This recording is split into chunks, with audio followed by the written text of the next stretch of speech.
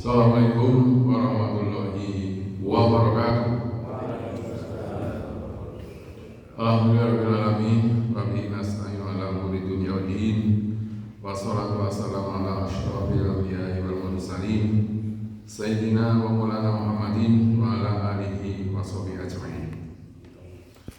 Pertama-tama mari kita panjatkan puji syukur kehadirat Allah Subhanahu wa taala bahwa pada pagi hari ini kita masih kenikmatan dan kesempatan ya oleh Allah Subhanahu wa taala sehingga dapat melaksanakan salah satu kewajiban kita, yaitu sholat subuh berjamaah di Masjidul Iman ini.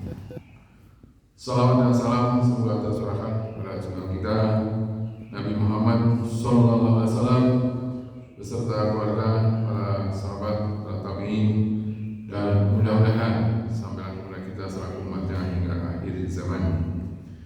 Bapak Ibu jemaah muslimat yang saya hormati, pada kesempatan kali ini saya mendapatkan jadwal kultum ya.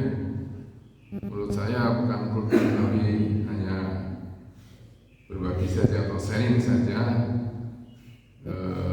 pengetahuan kita ya, pengetahuan kita.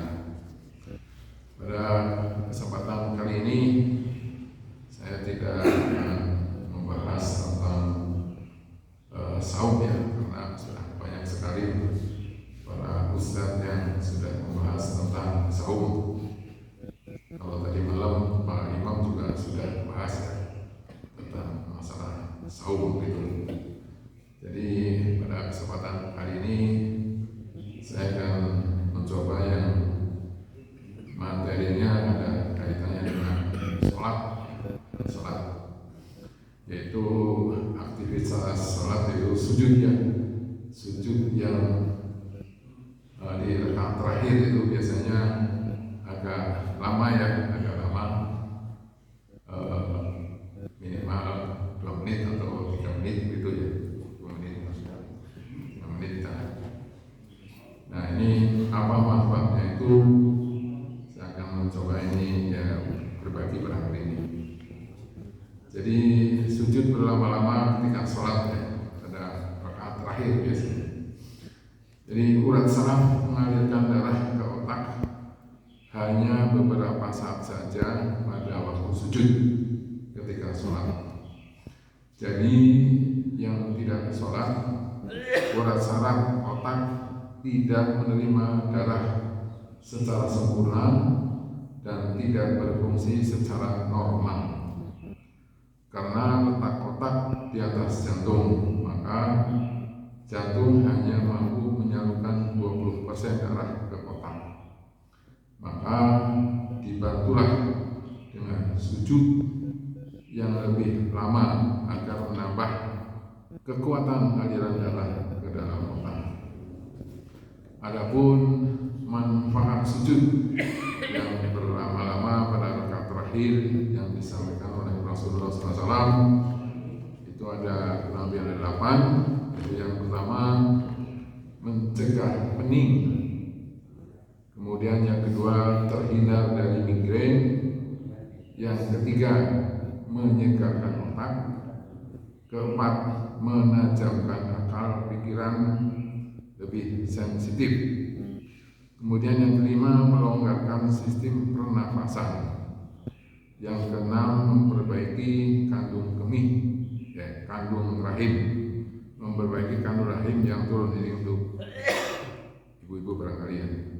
Kemudian yang ketujuh, menjaga dan menguatkan kedudukan bayi dalam kandungan untuk ibu-ibu. Kemudian 8, menghindari kandungan yang sungsang, ibu-ibu juga ya. Adapun bentuk saraf dalam otak kita otak kita ini seperti yang sedang sujud. Karena itu perbanyaklah doa ketika sedang sujud. Bersujudlah sementara masih ada peluang, karena ada berjuta manusia di dalam kubur yang ingin kembali dihidupkan supaya dapat bersujud kepada Allah SWT. Ada sebuah hadis riwayat Muslim dari Abu Hurairah radhiyallahu anhu. Rasulullah SAW bersabda, keadaan seorang hamba paling dekat dengan Rabb-Nya adalah ketika ia sedang bersujud, maka perbanyaklah berdoa saat itu. Riwayat Muslim nomor 482. Sesungguhnya orang sholat sedang berdoaan dengan Tuhannya. Tuhannya berada di antara dia dan kiblat. Seorang hamba menjadi sangat dekat dengan Tuhannya ketika sedang sujud. Sahih Muslim.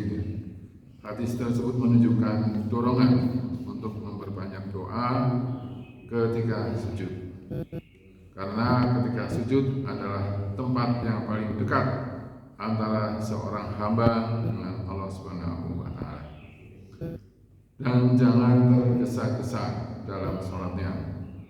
Tenanglah dan tahanlah lebih lama waktu ruku dan sujud, agar lebih banyak lagi berguguran dosa-dosanya. Buka mata pada saat sholat.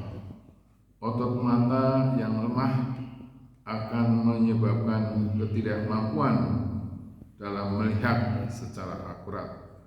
Disinilah cara meningkatkan kekuatan mata yang diajarkan oleh Rasulullah SAW. Untuk memulihkan mata dan menjaga kekuatan otot, sebaiknya kita mengikuti sunnah selama sholat. Kita harus selalu jaga pandangan buka mata, tetap fokus pada satu titik tempat selama sujud.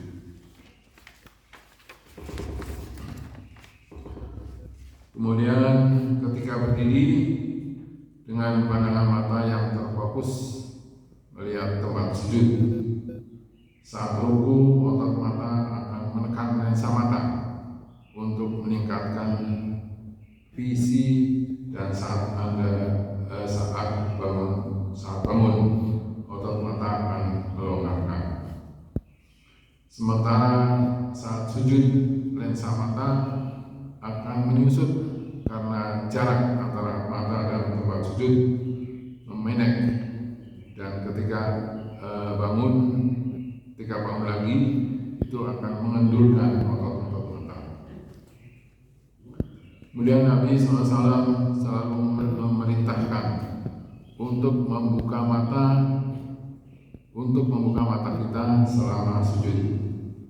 Bila kita praktekkan setiap hari selama 17 kali ya, ini jumlah rakaat sholat wajib ya, maka akan melatih otot-otot mata kita sehingga mata kita sehat gitu.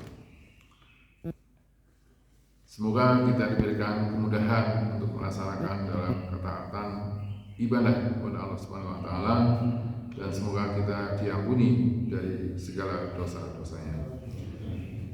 Ini adalah hasil dari penelitian seorang dokter neurologi yang bernama Profesor Fidelman dari Universitas Saint Edward di Amerika Serikat. Jadi Dr. Fidelman ini mempelajari Islam secara intensif dan akhirnya memeluk Islam. Kiranya cukup sekian dari saya, mohon maaf atas segala kekurangan. Kita akhiri, wassalamualaikum warahmatullahi wabarakatuh. Waalaikumsalam warahmatullahi wabarakatuh.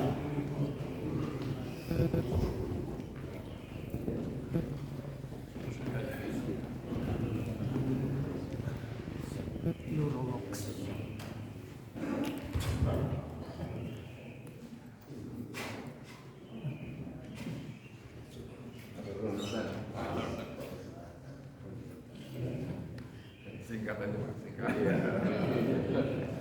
Amplopnya juga singkat, Pak. Bisa dipraktekkan. Bisa dipraktekkan.